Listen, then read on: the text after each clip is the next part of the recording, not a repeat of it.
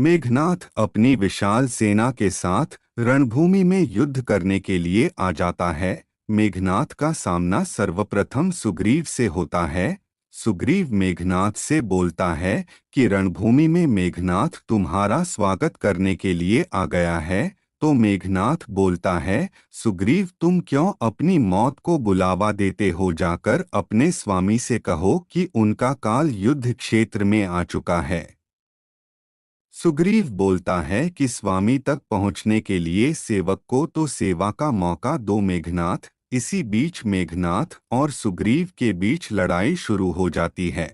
मेघनाथ ने सुग्रीव को धक्का मारकर नीचे गिरा दिया। उसी बीच अंगद मेघनाथ से लड़ाई करने आ जाता है। अंगद जी इंद्रजीत का सामना नहीं कर पाते हैं। इंद्रजीत बोलता है कि आज मेरा लक्ष्य तुम जैसे छोटे मोटे वानरों को मारना नहीं, आज मेरा लक्ष्य है उस लक्ष्मण को मारना है जिसने मेरे छोटे भाई अतिकाय का वध किया है। जाओ और लक्ष्मण को यह बात कहो कि उसका काल आ गया है।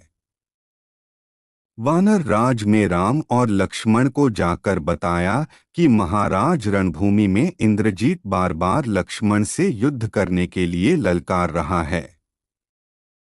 यह बात सुनकर लक्ष्मण अत्यधिक गुस्से में हो जाता है और बोलता है कि भैया मुझे आप आज्ञा दीजिए, मैं अभी उस अहंकारी का अहंकार उतारता हूँ। तो विभीषण बोलता है कि प्रभु वह बहुत विकट योद्धा है, उससे थोड़ा सावधान रहें। तो लक्ष्मण बोलता है कि भैया मुझे आज्ञा दीजिए, मैं आज उसका अहंकार खत्म कर दूंगा। लक्ष्मण श्री राम की आज्ञा लेकर रणभूमि में चले जाते हैं। लक्ष्मण के रणभूमि में पहुंचने से पहले हनुमान जी पहुंच जाते हैं और विशाल पत्थर उठाकर इंद्रजीत की तरफ फेंकते हैं, लेकिन इंद्रजीत के द्वारा बाण चलाया जाता है। उससे हनुमान जी के द्वारा फेंका गया पत्थर टकराकर वापस आ जाता है। हनुमान जी चौंक जाते हैं।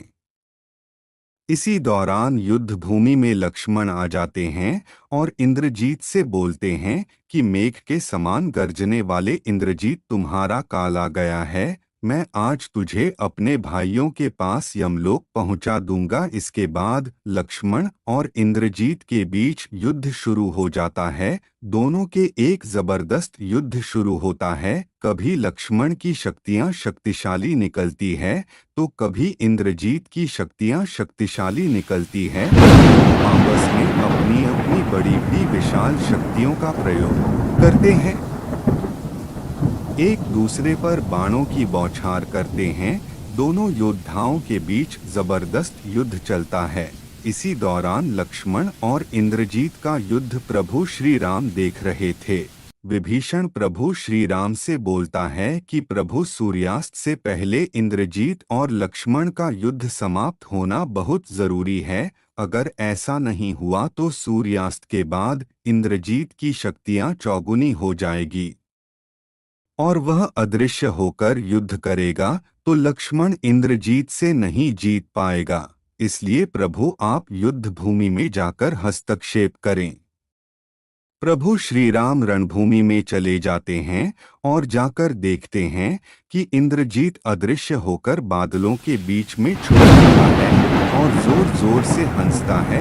लक्ष्मण श्री राम से बोलते हैं कि भैया आपके रणभूमि में आने पर इंद्रजीत डर से गायब हो गया है।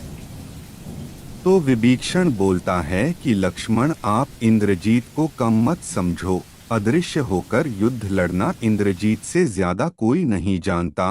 राम और लक्ष्मण आसमान की ओर देखते रहते हैं, लेकिन इंद्रजीत कहीं दिखाई नहीं देता है। कुछ समय बाद अचानक से इंद्रजीत का तीर और बाण दिखाई देते हैं। इंद्रजीत का बाण अचानक चलता है और उस बाण से दो नाग बनते हैं। दोनों नाग आकर राम और लक्ष्मण को डस लेते हैं। सभी इस दृश्य को देखकर आश्चर्यचकित हो जाते हैं। राम और लक्ष्मण अचानक से बेहोश हो जाते हैं। विभीषण और वानर राज राम और लक्ष्मण को आकर संभालते हैं। राम और लक्ष्मण जमीन पर बेहोश होकर गिर जाते हैं।